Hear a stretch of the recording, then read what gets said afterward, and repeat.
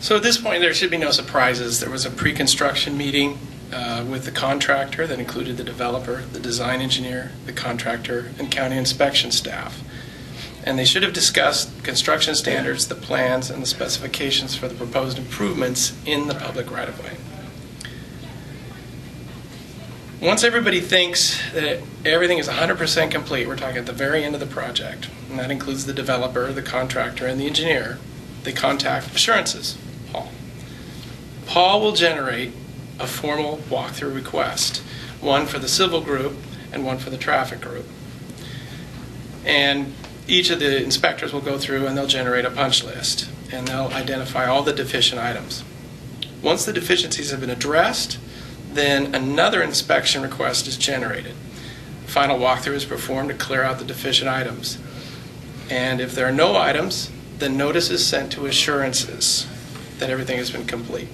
And then Paul begins the closeout process. And there's a couple of things that Paul does, and there's a few things that we do as well. So the paperwork that's required by the civil group is the engineer's review and approval of the work, inspection reports, geotechnical reports, hold point sheets, and this is probably really important if you're getting your TDT credits, 2 sets of as-bills. And the as-bills need to be accurate as far as what was put into place. And these as-bills are also the basis of the TDT calculations and the final record.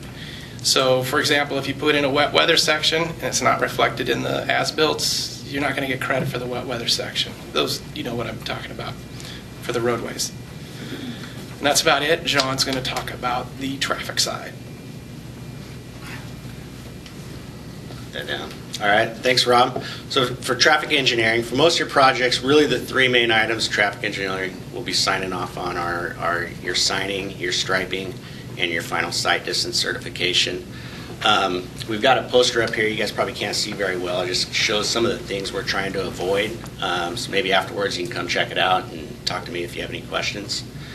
As far as the signing, really the main things we're going to be checking that you've got the right signs in the right locations, and the big thing is that they're all visible. For your striping, the striping's pretty straightforward. We're just making sure you got the right stripes in the right locations.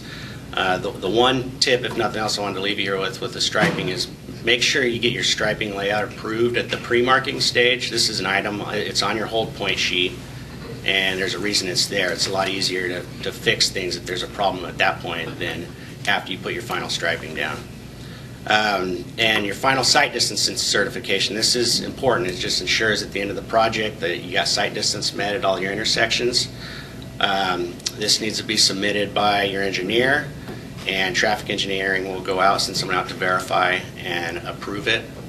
If everything's been done properly up to that point, there shouldn't be any surprises. And so really those are the 3 main items I wanted to touch on for traffic engineering.